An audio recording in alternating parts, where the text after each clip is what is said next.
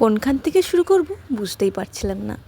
তাই ভাবলাম মায়ের যখন পুজো দিতে গেছি, মায়ের দর্শন করতে গেছি, তাই প্রথম মাকে দিয়েই শুরু করি। প্রাচীন যুগের একটা ইচ্ছা ছিল, সেই ইচ্ছাটা এতদিনে পূরণ হলো। প্রাচীন যুগই বললাম, কেননা অনেকবার সুযোগ হয়েছে কিন্তু মা টানেনি, তাই মায়ের কাছে যাওয়া হয়নি।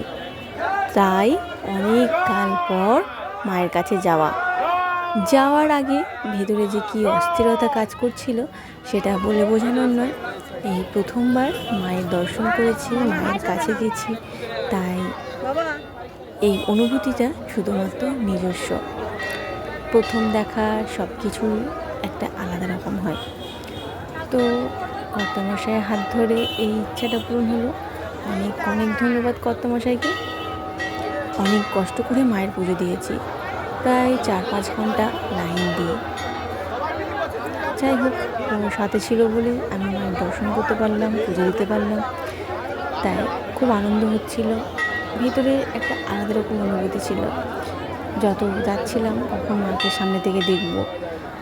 গেছিলাম শনিবার, তো শনিবার পুজো দিইনি, শনিবার এমনি দূর থেকে মাকে দর্শন করতে গেছিলাম। এই দর্শন দিয়ে তো আর মন ভরছে না। সারা রাত একটা উত্তেজনা নিয়েছিলাম, কখন যাব পুজো দিতে, কখন সকালবেলা হবে। সত্যি বলতে ঘুম একটুও হয়নি, সারা রাতই জেগেছিলাম। পরের ভিডিওতে তোমাদের সাথে সেই সমস্ত কিছু শেয়ার করব। আজ শুধুমাত্র সন্ধ্যেটুকু শেয়ার করছি। 3 জন মিলে গিয়ে মায়ের একটু দর্শন করে এলাম। আর এটা শনিবারের দিন, তাই একটু ভিড় ছিল। তাছাড়া অন্যান্য দিনেও খুব ভিড় হয়। শনিবার দিন আর মঙ্গলবার দিন পুজো দেওয়ার সবথেকে ভালো দিন, শুভ দিন আর কি। তাই সন্ধে রাত্রি পর্যন্ত অনেকেই পুজো দিচ্ছিল। দূর থেকেই মাকে দর্শন করে নেব, ওই হালকা এক ঝলক আর কি। ইচ্ছা আছে আবারও পরে যাওয়ার, দেখা যাক কতটা হয়।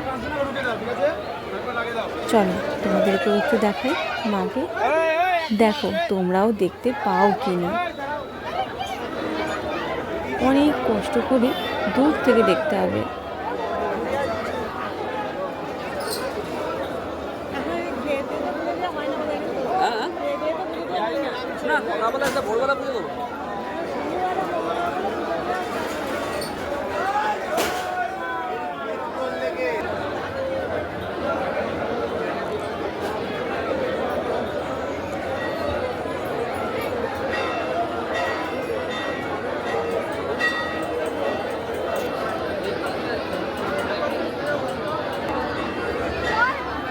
এই সেই প্রথম দেখা, এই স্মৃতিটুকু ভাবলাম টাইমলাইনে সেভ করে রেখে দিই।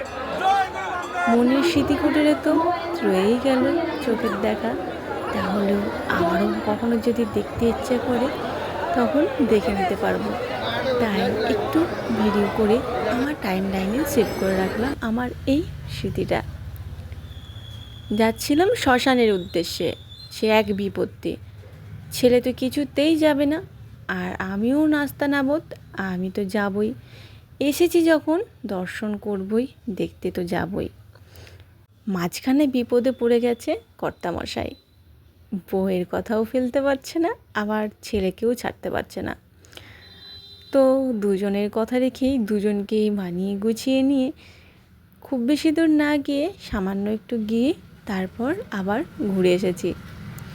ঠিক আছে, আজ এটুকুই থাক, কাল তো আবার আসছি, সকালবেলা না হয় পুরোটা দেখে নেব। চলো তোমাদেরকেও একটু দেখিয়ে দিই। এই যে